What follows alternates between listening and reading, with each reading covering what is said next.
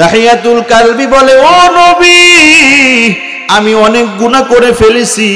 বলে, তুমি কি গুনাহ করেছো? দাহিয়াতুল কালবি বলে, নবী, আমি অনেকগুলো কন্যা সন্তান জীবিত দাফন করেছি। আল্লাহ কি আমার এই গুনাহগুলো মাফ করবেনি? এই টেনশন, এই ভয়ে আমি কান্না করি। ও নবী, আমার কিছুদিন পূর্বে আমার আপন সন্তান, আপন কলিজার টুকরা কন্যা সন্তানকে আমি দাফন করেছি।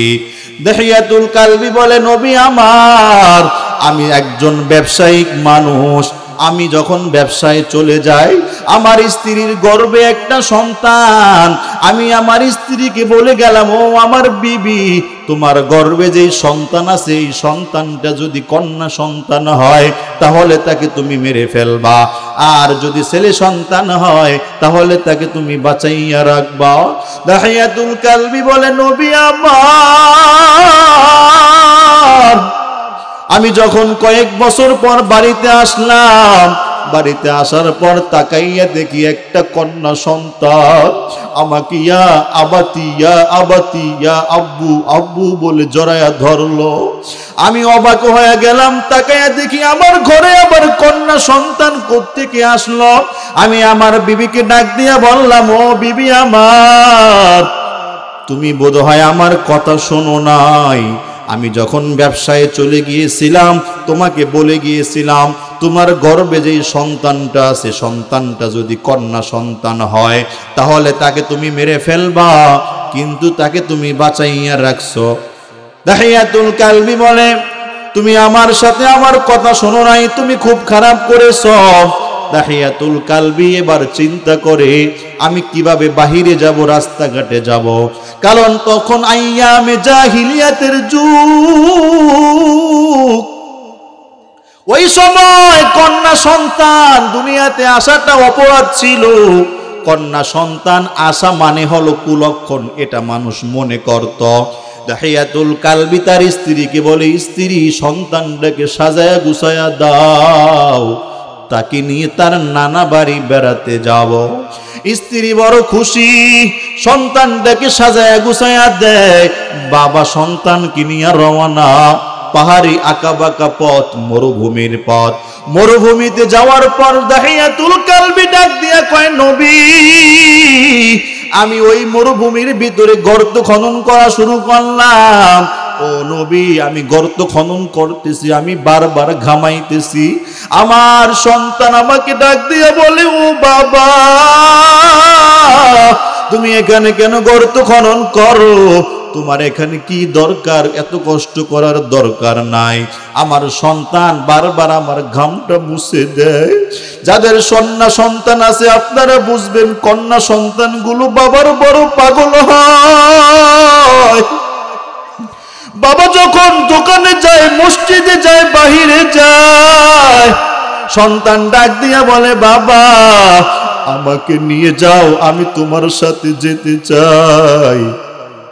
দাহিয়াতুল কালবি নবীকে ঘটনা শুনাইতেছে, নবী,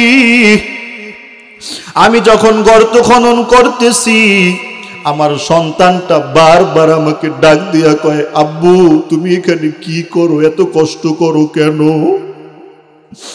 দাহিয়াতুল কালবি বলে, নবী, আমার সন্তান একটু পাশেই খেলাধুলা করতেছিল। যখন গর্ত খনন করা শেষ হয়ে গেল, আমি আমার সন্তানকে ডাক দিলাম, ও আম্মু, এদিকে আসো, দেখিয়া যাও কত সুন্দর গর্ত খনন করেছি। দাহিয়াতুল কালবি বলে, নবী, আমার আকাশের চাঁদের মতো ফুটফুটে ওই সন্তান যখন লাফায়া লাফায়া দেখতে আসলো আমার গর্ত, আমার সন্তান যখন গর্তের কিনারে দাঁড়ায় রইল, ও নবী আমার সন্তানকে একটা ধাক্কা মারিয়া গর্তের ভিতরে ফালাইয়া দিলাম। ও নবী, আমার সন্তানের হাত পাগুলো ভেঙে গেল। আমার সন্তান গর্তের ভিতরে পড়িয়া কান্না করতেছে। আজকের এই ইকরা সুবেদ আলী মাদবুর মাদ্রাসার মাহফিলের আয়োজন আজকে মাহফিলের পোস্টার, ব্যান্ডেল, হ্যান্ডবেল আরো কতদিন আগ থেকে চলতেছে, কিন্তু রাজাবাড়ির সকল মানুষের কানে কানে পৌঁছেছে, কিন্তু আল্লাহ সবাকে আনে নাই। আল্লাহ যাকে ভালোবাসছেন, মুহাব্বত করছেন, তাকে রহমতের চাদর দিয়া পেঁচাইয়া কোরআনের ময়দানে নিয়ে আসছে। এজন্য ভাইরা আমার, হতে পারে এটা আপনার আমার জীবনের শেষ মাহফিল, ঠিক কিনা বলেন? আগামীকাল এখানে মাহফিল থাকবেনি? থাকবে? আগামীকাল এখানে মাহফিল থাকবে না। হতে পারে আমি মাহমুদুল হাসানের জীবনের শেষ মাহফিল। কত বক্তারা ময়দান থেকে ওয়াজ করে বাড়িতে ফিরতে পারে না, রাস্তার ভিতরে গাড়িতে অ্যাক্সিডেন্ট করিয়া দুনিয়া থেকে বিদায় হয়ে যায়, ঠিক কিনা বলেন? ওই যে আমাদের নারায়ণগঞ্জের জুনায়েদ সিদ্দিকী ভাই ওয়াজ করিয়া বাড়িতে ফিরতে পারে নাই, বাড়িতে যাওয়ার সময় গাড়িতে অ্যাক্সিডেন্ট করিয়া দুনিয়া থেকে বিদায় হয়ে যায়। ওই যে কলরবের আইনউদ্দিন আল আজাদ, আপনারা সকলেই তার নাম জানেন, তার গজল শোনেন। ওই আল্লাহর বান্দা এরকম ভাবে ময়দান থেকে বয়ান শেষ করিয়া বাড়িতে রওনা দিছে, কিন্তু প্রতিমধ্যে বিদায় হয়ে গেছে। এজন্য ভাইরা আমার, হতে পারে এটা আপনার আমার জীবনের শেষ মাহফিল। আল্লাহ কাকে যেন এই ময়দানে মুহাব্বত করে মায়া করে নিয়ে আসছে। হইতে পারে আজকে রাতের বেলা তুমি ঘুমাইবা, সকাল বেলা তোমার লাশ হইয়া ঘর থেকে তুমি বাহিরে হইবা, হইতে পারে কি পারে না? এজন্য ভাইরা আমার, আল্লাহ রব্বুল আলামিন বলে, ও দুনিয়ার মানুষ, আমি আল্লাহ খাই না ঘুমাই না, আমি আল্লাহ বান্দা তোর জবানটার দিকে তাকায়া থাকি। বান্দা সকাল থেকে সন্ধ্যা পর্যন্ত বান্দা তোর জবানটার দিকে তাকায়া থাকি। বান্দা আমার ছেলে নাই, মেয়ে নাই, আমার সন্তান নাই, আমার কেউ নাই, বান্দা তুমি ছাড়া আমার কেউ নাই। এজন্য ভাইরা আমার, আল্লাহ বলে বান্দা তোর জবানটার দিকে তাকাইয়া থাকি। কেন জানোনি? তুই আমি আল্লাহকে আল্লাহ বলে কখন একটা ডাক দিবি। এরে যুবক আল্লাহর গোলাম, তুমি তোমার মারে মা বলে ডাকলে তোমার মায়ে বড় খুশি, তোমার বাবারে বাবা বলে ডাকলে তোমার বাবাই বড় খুশি, নেতাকে নেতা বলে ডাকলে নেতাও বড় খুশি। আল্লাহ বলে, ও যুবক, তোর নেতায় তোরে দুইটা চোখ দেয় নাই, দুইটা হাত দেয় নাই, তোর মাও তোরে হাত দেয় নাই, পা দেয় নাই, তোর বাবা তোরে বানায় নাই, তোরে সৃষ্টি করে নাই। আমি আল্লাহ দয়া করে মায়া করে মুহাব্বত করে বান্দা তোরে বানাইলাম। এরে বান্দা শুধু বানাই শেষ নয়, আরে বান্দা তোরে জন্ম থেকে মৃত্যু পর্যন্ত কত নিয়ামত দিয়ে আমি ভরপুর করে রাখলাম। এরে বান্দা তুই দুই চোখে দাঁত দেখোস বা দেখোস না, সব কিছুকে আমি আল্লাহ নিয়ামত দিয়ে ভরপুর করে দিলাম। এরে যুবক আল্লাহর গোলাম, তোর অক্সিজেনের দরকার, আমি আল্লাহ আসমান জমিনের ভিতরে যত জায়গা ফাঁকা, আমি আল্লাহ সব ফাঁকা জায়গাটুকু অক্সিজেন দিয়া ভরে দিলাম। এরে যুবক আল্লাহর গোলাম, তোর মাছের দরকার, আমি আল্লাহ তোরে সাগর সাগর মাছ দিয়া দিলাম। এরে যুবক আল্লাহর গোলাম, তোর এক পদের ফল দরকার, আমি আল্লাহ তোকে হাজার রকমের ফল দিয়া দিলাম।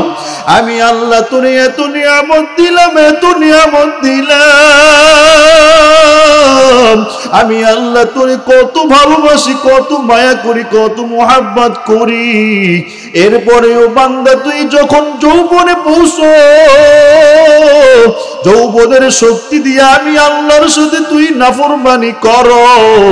এরে যুবক আল্লাহর গোলাম, তুই যখন নাফরমানি করো তখন আমি আল্লাহ বড় কষ্ট পাই।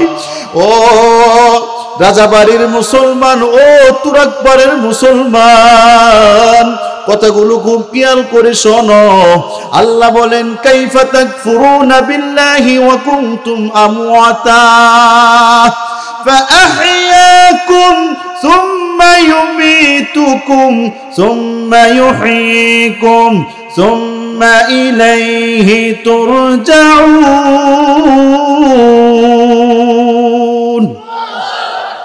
এরে যুবক আল্লাহর গোলাম আল্লাহ বলেন ও দুনিয়ার মানুষ কাইফা তাকফুরুনা বিল্লাহি ওয়া কুনতুম আমওয়াতা কিভাবে তোরা আমি আল্লাহর সাথে কুফরি করো এরে যুবক তুই তো এক সময় মৃত ছিলি মৃত তারপরে আমি আল্লাহ তোকে আমি কি করলাম তোর মায়ের গর্ভ থেকে নাপাক পানি দিয়া বানাইলাম এরপরে তুই আবার কি করছস ছোট ছিলি কিন্তু আস্তে আস্তে যখন তুই যৌবনে পৌঁছলি এবার যখন তোর গায়ের ভিতরে শক্তি আসলো এবার তুই তোর যৌবনের শক্তি দিয়ে আমি আল্লাহর সাথে নাফরমানি করস কুফরি করস এ যুবক আল্লাহর গোলাম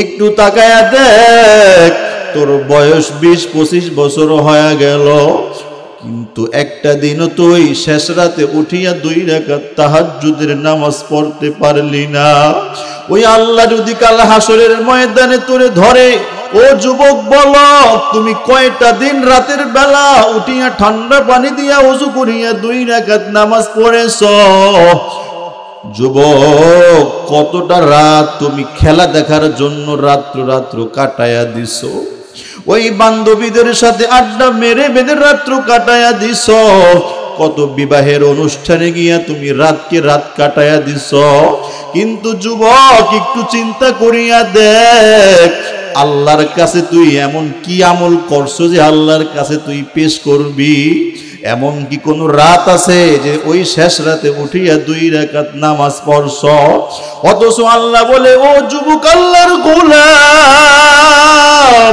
আমি আল্লাহ প্রথম আসমানে আসিয়া শেষ রাতে বান্দা তোদেরকে ডাকি আলা মিন মুস্তারজিকিন ফারজুকহু আলা মিন মুবতালান ফাউআফিয়াহু আলা মিন কাযা ওয়া কাযা এরকম ভাবে আল্লাহ বান্দা তোমাদেরকে ডাকতে থাকে যখন দুনিয়ার সকল মানুষের দরজা বন্ধ হয়ে যায়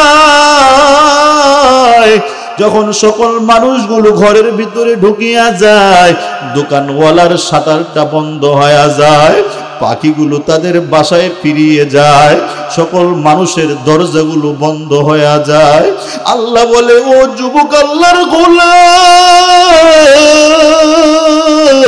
ওই সময় যখন সারা পৃথিবীর সকল মানুষের দরজা বন্ধ কিন্তু একটা ওই সময় আমি আল্লাহর দরজাটা খোলা এরে বান্দা সকল মানুষ যখন ঘুমায় ওই সময় যদি তুই আমি আল্লাহকে আল্লাহ বলে ডাক দিতে পারো নিজের জিন্দেগীর গুনাহের দিকে তাকাইয়া চোখের পানি ফালাইয়া আল্লাহর কাছে যদি তুমি একটু তওবা করতে পারো আল্লাহ বলে বান্দা আমি আল্লাহ তোর জীবনের সব গুনাহগুলো মাফ করে দিব আল্লাহ আল্লাহ ইয়া মুবারক নাম হয় আল্লাহ আল্লাহ মুমিনো কা কাম হয় আল্লাহ আল্লাহ মুমিনো কা কাম হয় আল্লাহ আল্লাহ মুমিনো কা কাম হয় এরে যুবক আল্লাহর গোলাম আমার আল্লাহ মাফ করতে পারেনি পারে আমাদের গুনাহ যত বড় আল্লাহর রহমত এর চাইতেও বড় ঠিক কিনা বলেন এজন্য আল্লাহ বলেন قل يا عبادي الذين أسرفوا على أنفسهم لا تقنطوا من رحمة الله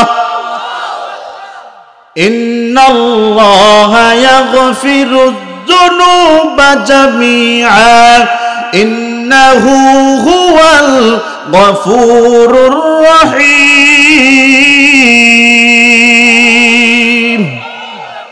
আল্লাহ বলে বান্দা তুমি গুনাহ করেছো গুনাহ করে করে বান্দা তোমার উপর তুমি জুলুম করেছো এরে যুবক আল্লাহর গোলাম, গুনাহ করছো, গুনার পাহাড় করে ফেলেছো, তবে আমি আল্লাহর রহমত থেকে তুমি নৈরাশ হইও না।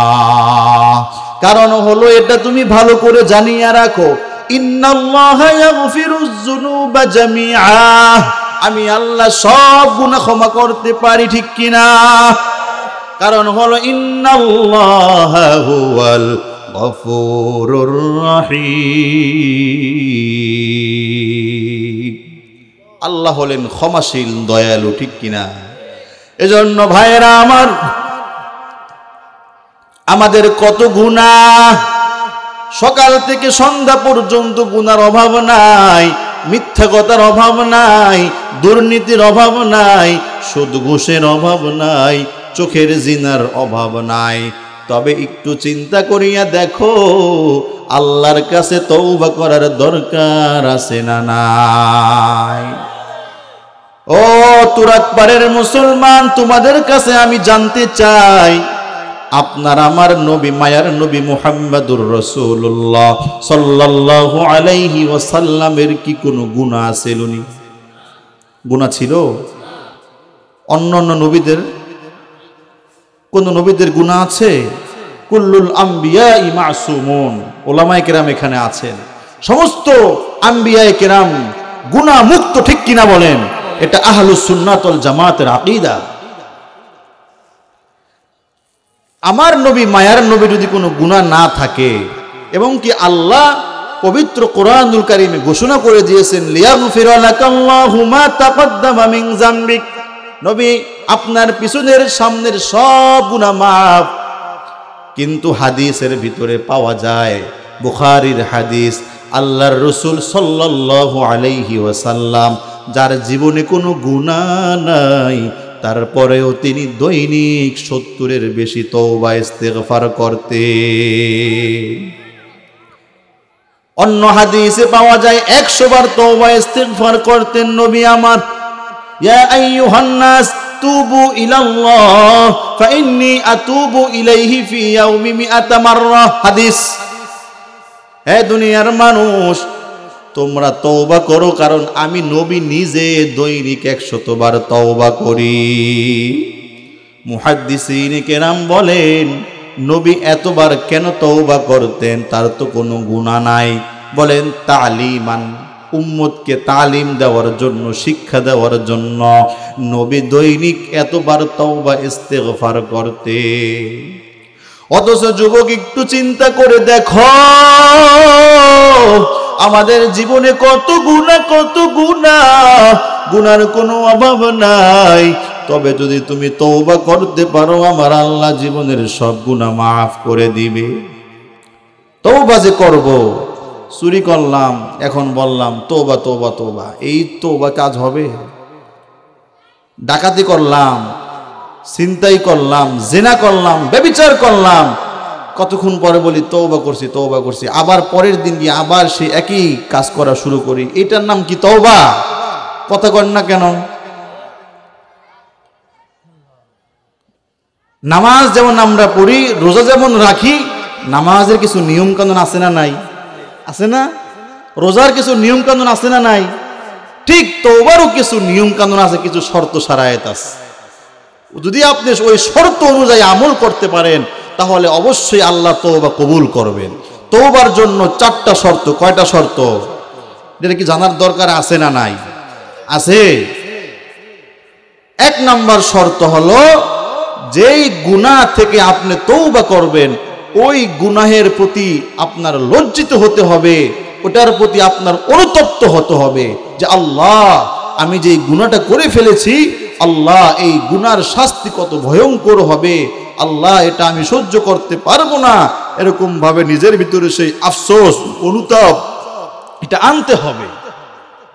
2 নাম্বার শর্ত হলো, ওই গুনাহ থেকে ফিরে আসতে হবে।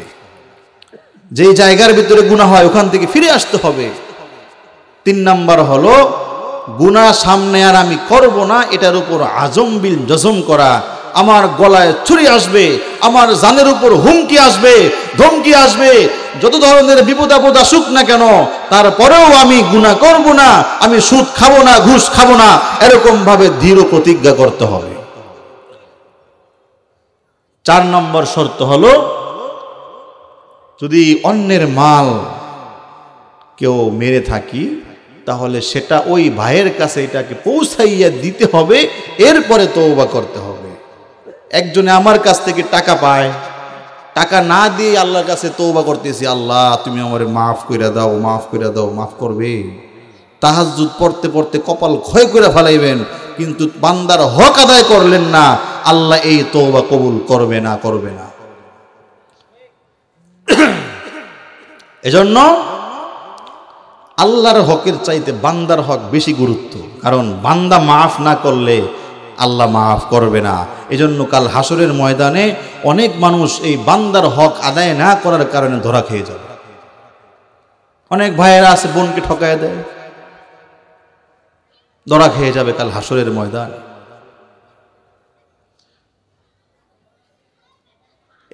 এই শর্তগুলো যদি আমরা মেনে মেনে আমল করতে পারি, এরপরে যদি আল্লাহর কাছে ডাক দিয়া বলতে পারি, আল্লাহ আমি অনেক গুনাহ করে ফেলেছি, আল্লাহ তুমি আমাদের গুনাহগুলো মাফ করে দাও।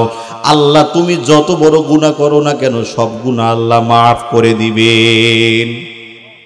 মুসলিম শরীফের হাদিস, বনি ইসরাইলের এক যুবক, এমন কোন গুনাহ নাই, এমন কোন অপরাধ নাই যেই গুনাহ যেই অপরাধ ওই আল্লাহর বান্দা করে নাই।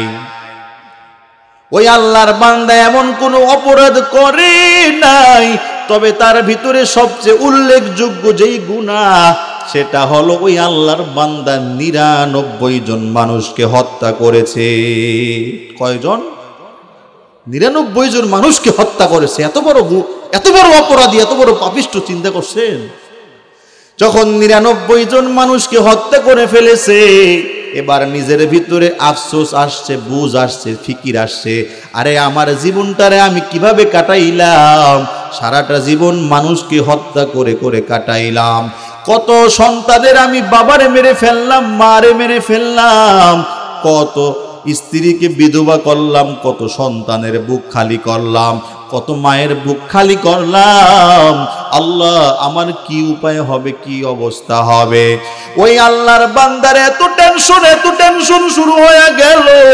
এবার একজন আল্লাহর বান্দার কাছে হাজির, ওই আল্লাহর বান্দাকে ডাক দিয়া বলে, ভাই আমি তো এত গুনাহ করেছি, আমার কি ক্ষমার কোনো রাস্তা আসেনি, আমার কি কোনো মাফের সুযোগ আসেনি? ওই আল্লাহর বান্দা ডাক দিয়ে বলে, তুমি 99 জন মানুষকে হত্যা করেছো, তোমার ক্ষমা নাই, তোমার কোনো মাফের রাস্তা নাই। ওই আল্লাহর বান্দা বলে, আমার যদি ক্ষমার রাস্তা নাই থাকে, তাহলে তোমাকে বাঁচাইয়া রাইখা লাভ কি? সাথে সাথে ওই আল্লাহর বান্দাকেও হত্যা করে ফেলল। কয়শো হলো? আগে ছিল 99 জন, এখন হয়েছে কয়শো? 100 হত্যা করছে। কিন্তু হত্যা করছে ঠিক, আল্লাহর বান্দার মনের ভিতরে যে আফসোস আর যে অনুতাপ, এটা শেষ হয় নাই, চলতেছে।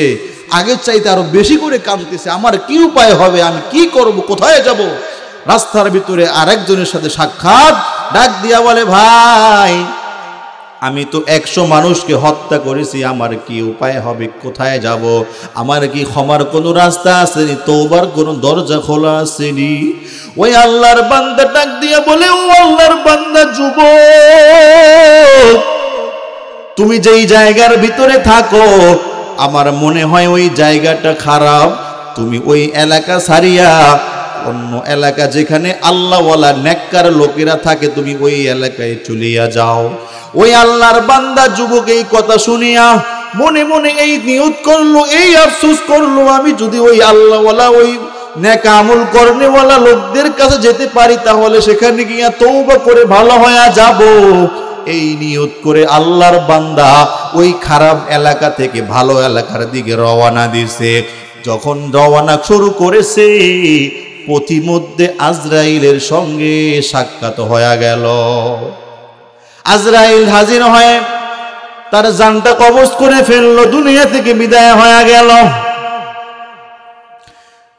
আল্লাহর বান্দা দুনিয়া থেকে বিদায় হওয়ার পর জান্নাতের ফেরেশতারা হাজির, জাহান্নামের ফেরেশতারাও হাজির। মুসলিম শরীফের ঘটনা বলতেছি, কোনো বানোয়াট কোনো কিচ্ছা বলি না। জান্নাতের ফেরেশতা হাজির, জাহান্নামের ফেরেশতা হাজির। জাহান্নামের ফেরেশতারা বলে, এই আল্লাহর বান্দা 100 হত্যা করেছে, অতএব তার ঠিকানা জান্নাতে হতে পারে না, তার ঠিকানা হবে জাহান্নাম। অতএব আল্লাহর বান্দাকে আমরা নিয়ে যাব। জান্নাতের ফেরেশতারা বলে, না না না, তার ঠিকানা জাহান্নামে নয়, তার ঠিকানা হবে জান্নাত। কারণ হলো, যদিও সে 100 হত্যা করেছে, তবে ওই আল্লাহর বান্দা তওবা করার নিয়তে খারাপ এলাকা ছাড়িয়া ভালো এলাকার দিকে রওনা দিয়েছে। জান্নাতি ফেরেশতা জাহান্নামী ফেরেশতা ঝগড়া, এমন ঝগড়া শুরু হয়ে গেল।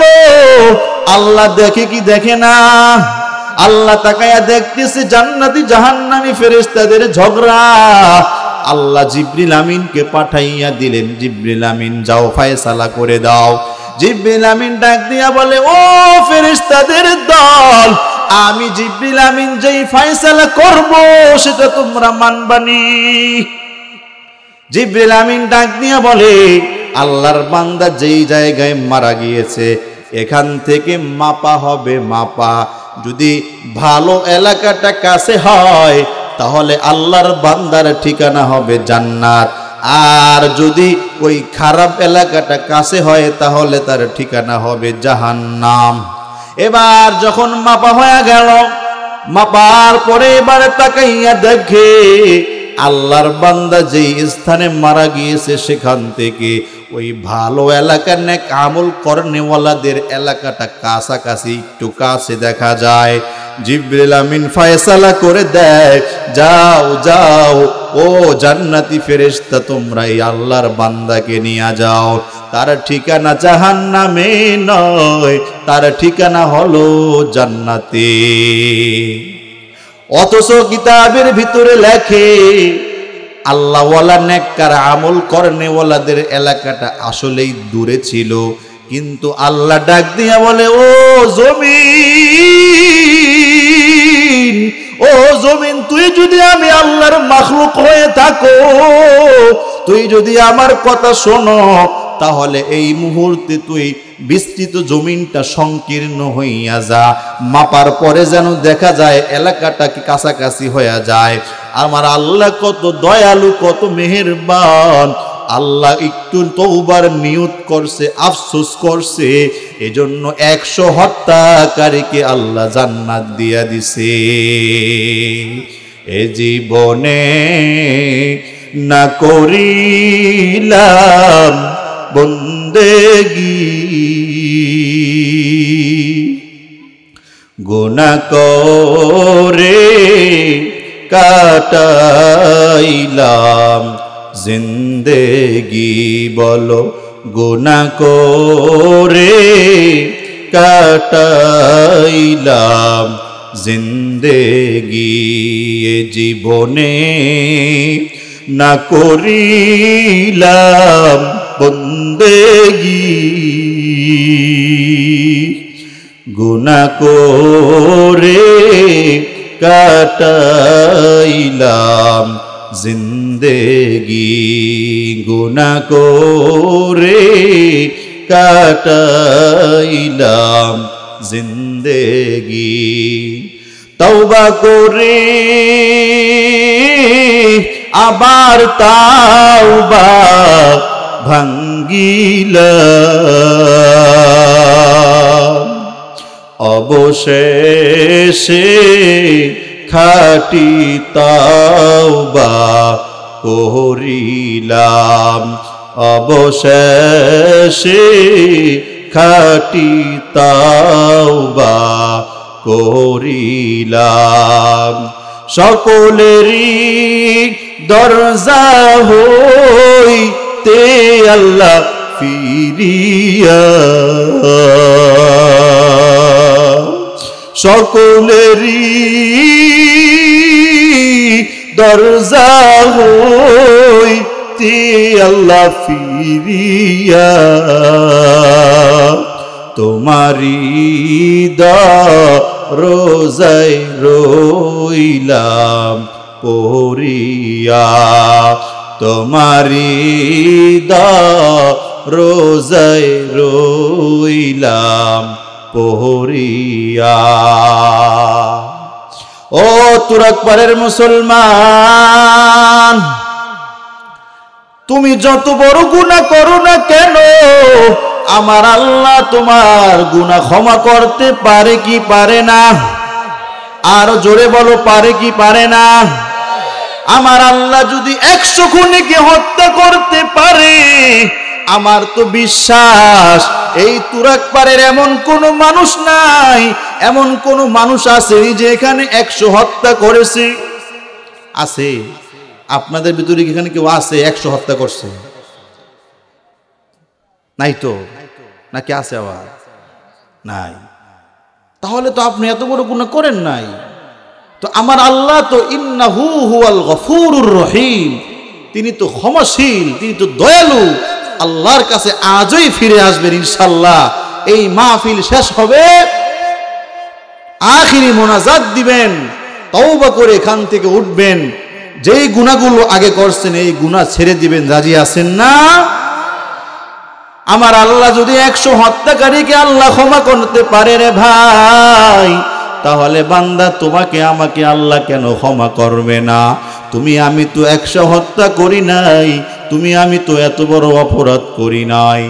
মায়ার নবী রাহমাতুল লিল আলামিন, আল্লাহর রাসূল দোয়া করতেছে, ও আল্লাহ, আপনি আবু লাহাব অথবা দাহিয়াতুল কালবি দুইজনের একজনকে আল্লাহ আপনি মুসলমান বানায়া দেন। দোয়া করছে কে? আল্লাহর রাসূল। এই দোয়া কি আবার কবুল না হবে?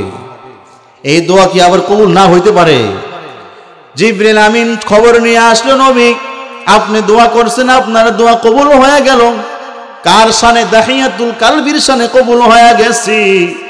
আবু লাহাবের কপাল খারাপ, তার শানে কবুল হয় নাই। ও নবী, আগামীকাল সকালবেলা আপনার দরবারে দাহিয়াতুল কালবি চলে আসবে ইসলাম গ্রহণ করার জন্য। আল্লাহর রাসূল সাহাবায়ে কেরামদেরকে বলে দিলেন, ও সাহাবায়ে কেরামের দল, আগামীকাল দাহিয়াতুল কালবি মুসলমান হওয়ার জন্য আমার দরবারে আসবে, তাকে সসম্মানে আমার দরবারে পৌঁছাইয়া দিবা। দাহিয়াতুল কালবি পরের দিন সকালবেলা নবীর দরবারে হাজির।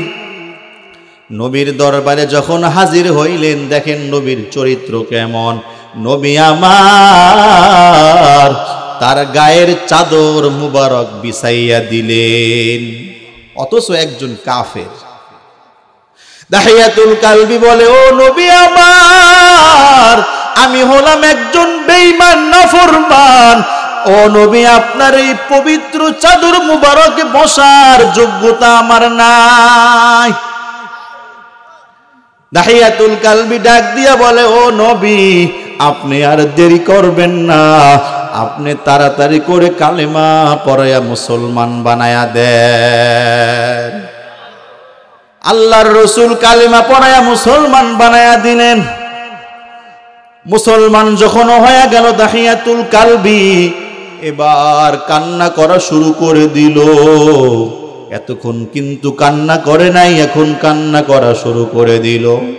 নবী ডাক দিয়া কয়, ও দাহিয়াতুল কালবি, তুমি কেন কান্না করো? দাহিয়াতুল কালবি কয়, নবী আমি তো অনেক গুনাহ করে ফেলেছি, আল্লাহ কি আমাকে মাফ করবেন, এজন্য আমি কান্না করি। নবী বলে, হ্যাঁ আল্লাহ মাফ করে দিবেন, কোনো টেনশন করো না। দাহিয়াতুল কালবির কান্না থামে না, আরো কান্না করে। দাহিয়াতুল কালবি বলে, ও নবী, আমি অনেক গুনাহ করে ফেলেছি। বলে, তুমি কি গুনাহ করেছো? দাহিয়াতুল কালবি বলে, নবী আমি অনেকগুলো কন্যা সন্তান জীবিত দাফন করেছি, আল্লাহ কি আমার এই গুনাহগুলো মাফ করবেনি? এই টেনশন, এই ভয়ে আমি কান্না করি। ও নবী আমার, কিছুদিন পূর্বে আমার আপন সন্তান আপন কলিজার টুকরা কন্যা সন্তানকে আমি দাফন করেছি।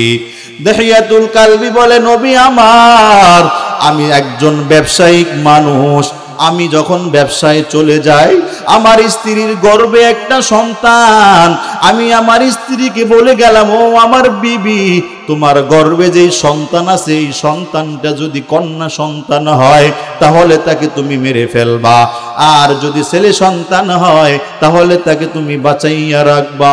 দাহিয়াতুল কালবি বলে, নবী আমার, আমি যখন কয়েক বছর পর বাড়িতে আসলাম, বাড়িতে আসার পর তাকাইয়া দেখি একটা কন্যা সন্তান আমাকে ইয়া আবাতি ইয়া আবাতি ইয়া আব্বু আব্বু বলে জড়ায়া ধরলো। আমি অবাক হয়ে গেলাম, তাকাইয়া দেখি আমার ঘরে আবার কন্যা সন্তান কোত্থেকে আসলো। আমি আমার বিবিকে ডাক দিয়া বললাম, ও বিবি আমার, তুমি বোধহয় আমার কথা শোনো নাই।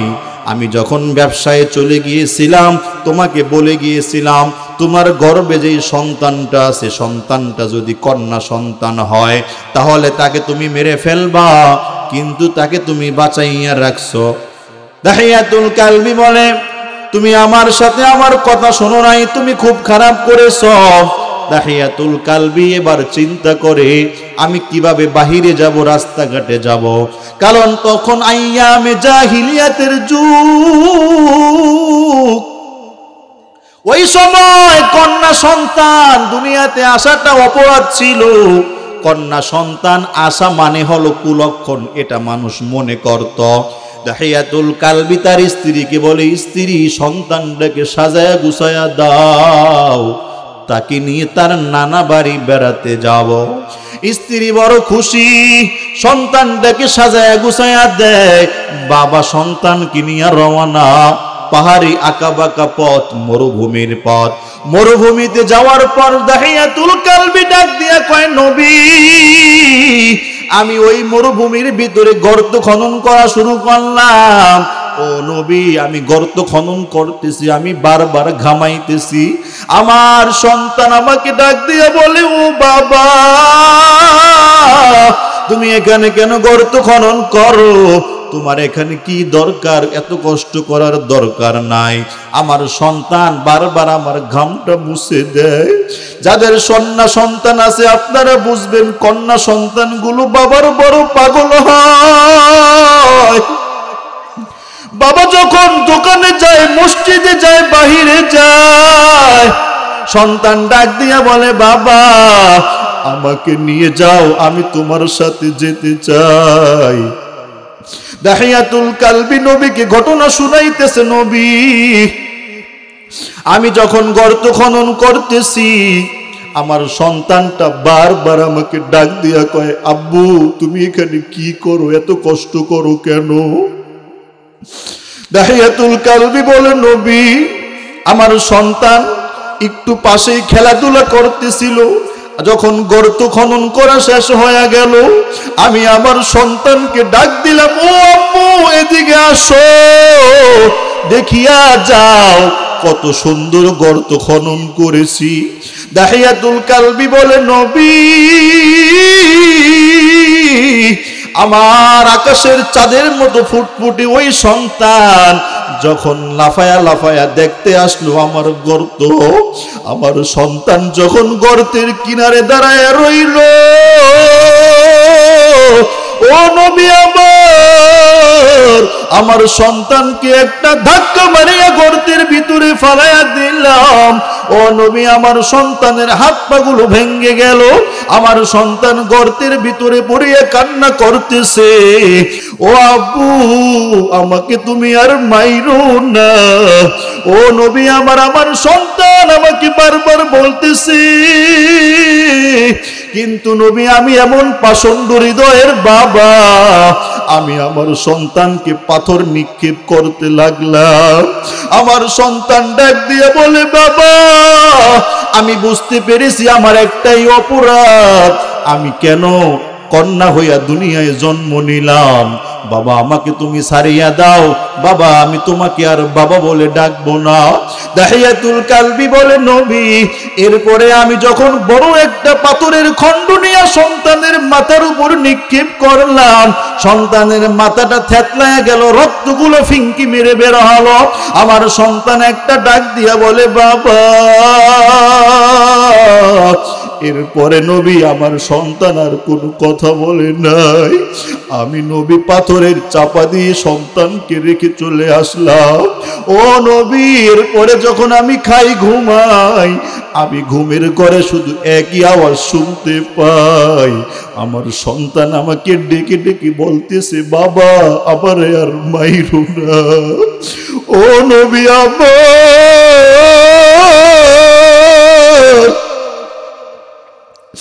আমি এত গুনাহ করেছি, এত গুনাহ করেছি, আমি তো মুসলমান হলাম ভালো কথা, নবী আল্লাহ কি আমাকে মাফ করবেনি? তাহিয়াতুল কালবির এই কথা শুনিয়া নবীও কান্না করা শুরু করে দিল। মায়ার নবী রাহমাতুল লিল আলামিনের চোখ বেয়ে বেয়ে পানি পড়তেছে। নবী ডাক দিয়া কয়ে দাহিয়াতুল কালবি, একজন বাবা হইয়া সন্তানের সাথে এমন ব্যবহার তুই কিভাবে করলি? দাহিয়াতুল কালবি আরো কান্না করে, আরো কান্না করে। ও তুরাকপাড়ের মুসলমান, আমার আল্লাহ বড় দয়ালু, আমার আল্লাহ বড় দয়ালু। আল্লাহ সাথে সাথে জিবরিল আমিনকে পাঠায়া দেয়, ও জিবরিল আমিন যাও আমার মায়ার নবীরে খবরটা দিয়ে আসো, আমি আল্লাহ দাহিয়াতুল কালবিরে মাফ করে দিয়েছি। জিবরিল আমিন ডাক দিয়া কয় নবী আল্লাহ খবর পাঠায়া দিয়েছে, নবী আপনি দাহিয়াতুল কালবিকে জানায়া দেন, ও দাহিয়াতুল কালবি আল্লাহ তোমার জীবনের সব গুনাহগুলো মাফ করে দিয়েছে। এজন্য ভাইরা আমার সময় শেষ, তবে একটা কথা বলে যাই, আমি সেই সুদূর নারায়ণগঞ্জ থেকে আপনাদের কাছে আসছি, শুধু একটা কথা বলে যাব, আপনার আমার জীবনে গুনাহ আছে না নাই? এমন কোন মানুষ এখানে নাই যে বলতে পারবে না হুজুর আমার কোনো গুনাহ নাই, আসেনি বলেন? প্রত্যেকটা মানুষেরই কম না বেশি গুনাহ আছে, তবে আপনি আল্লাহর রহমত থেকে নৈরাশ হবেন না। আজকের এই মাদ্রাসার মাহফিল, ওলামায়ে কেরামের মাহফিলের এই ময়দান থেকে এই একটা কথা শিক্ষা নিয়ে এখান থেকে বের হবেন যে আজকে এখান থেকে তওবা করে ময়দান থেকে উঠব। কারা কারা রাজি আছেন দুইটা হাত উঠায় আল্লাহকে দেখাইয়া দেন। আয় আল্লাহ, তোমার বান্দারা তওবা করবে এই নিয়তে হাত উঠাইছে আল্লাহ। ও দয়ার মালিক আল্লাহ, তুমি আজকের এই মাহফিলকে কবুল করে নাও আল্লাহ, তুমি আমাদের সকলকে মাফ করে দাও, বলো আমিন।